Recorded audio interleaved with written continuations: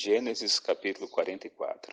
Este capítulo ele é muito importante para nós compreendermos como a graça de Deus pode recuperar o ser humano, por mais indigno, por mais ímpio e mau que ele seja.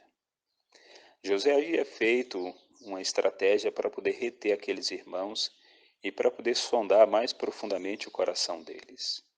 Quando eles são despedidos para voltar para a terra de Canaã, uma taça de prata é colocada no saco de Benjamim, o saco de mantimentos que Benjamim carregava.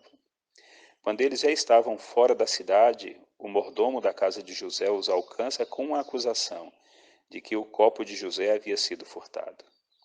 Eles podiam ter muitos defeitos, mas ladrões eles não eram. Todos sabiam exatamente que ninguém ali era ladrão.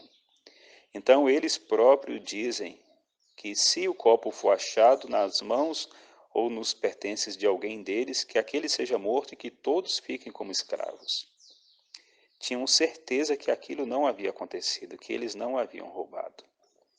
Mas aí o mordomo diz: porém, só vou ficar com o escravo daquele de quem foi encontrado, os outros estarão livres para voltar para a casa de vocês. E os sacos são abertos a partir do irmão mais velho, e quando chega no de Benjamim, o copo está lá. A Bíblia diz que eles rasgam as suas roupas e são levados de volta à casa de José.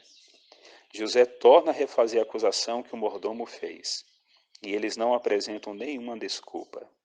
Eles apenas dizem que Deus encontrou a iniquidade deles, Deus visitou sua iniquidade. Eles sabiam que o seu sofrimento, tudo aquilo que eles estavam fazendo, de alguma forma estava relacionado ao gravíssimo pecado do mal que eles fizeram para José há 20 e tantos anos atrás. José então diz que vai ficar apenas com um como escravo, não com todos, apenas com Benjamim. É neste momento que Judá faz o comovente apelo em defesa de Benjamim para que Benjamim possa voltar. Há cerca de 22 anos atrás, ele, o próprio Judá, havia dado aos seus irmãos a ideia de vender José como escravo. Desgraçou a vida do seu irmão, levando-o para a escravidão, e desgraçou a vida de seu pai e de sua família. Há anos atrás ele nem sequer pensou no pai, no sofrimento que traria para o seu idoso pai, em toda a tristeza que geraria no coração do patriarca. Nem tampouco pensou na miséria de vida que seria a vida de escravo de seu irmão José. Mas agora o pensamento de voltar para casa sem Benjamim, ver a tristeza tão aguda que acometeria Jacó, como ele morreria certamente com uma notícia tão trágica como esta, ele faz um apelo e pede para que ele fique como escravo e Benjamim volte.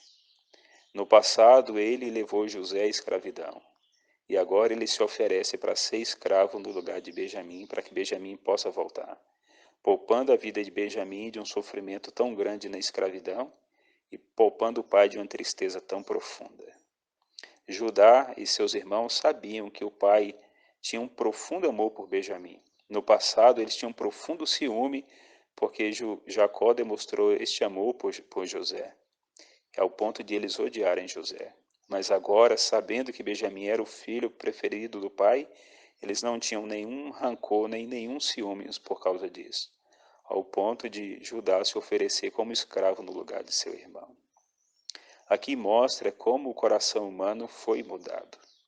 Mas não mudou simplesmente por uma ação natural ou tão pouco pelo esforço pessoal de Judá ou de seus irmãos. O coração é mudado pela graça transformadora do Senhor.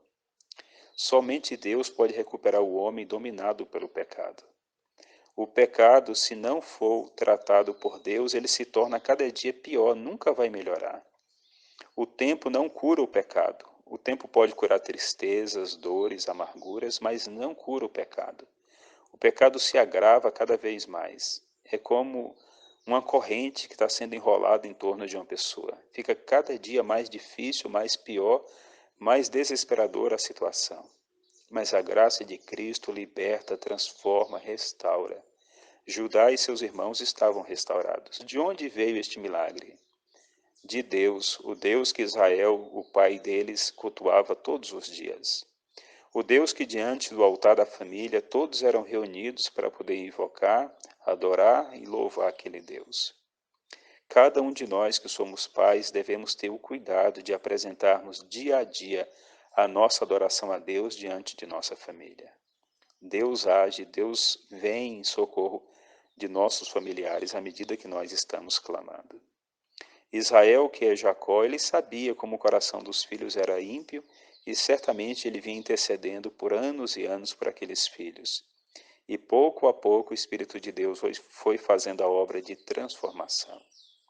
José agora vai se dar completamente por satisfeito. Ele viu que não eram mais os mesmos homens. Eram sim as mesmas pessoas, mas não eram mais no sentido de conduta e de comportamento e de sentimentos os mesmos. Eles haviam sido alcançados por Deus. E agora sim José poderia se revelar para eles.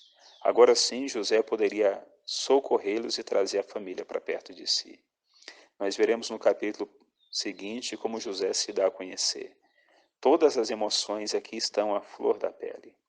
E Deus certamente espera o momento certo em que Ele pode se revelar a nós em glória, sem nos consumir.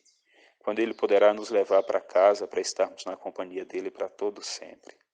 E todos aqueles que desejam essa mudança de coração, todos que oram nesse sentido por si e pelos seus, podem contar com o favor do Senhor. Deus está ansioso para recuperar homens e mulheres. E assim como Ele recuperou Judá e seus irmãos, Ele pode recuperar cada um de nós e os nossos filhos também. Tão somente precisamos ir submissos à fonte, confessando nossos pecados e permitindo que o Espírito de Deus viva em nós e mude nossas vidas, pois certamente esta é a obra que Deus anseia fazer por cada ser humano.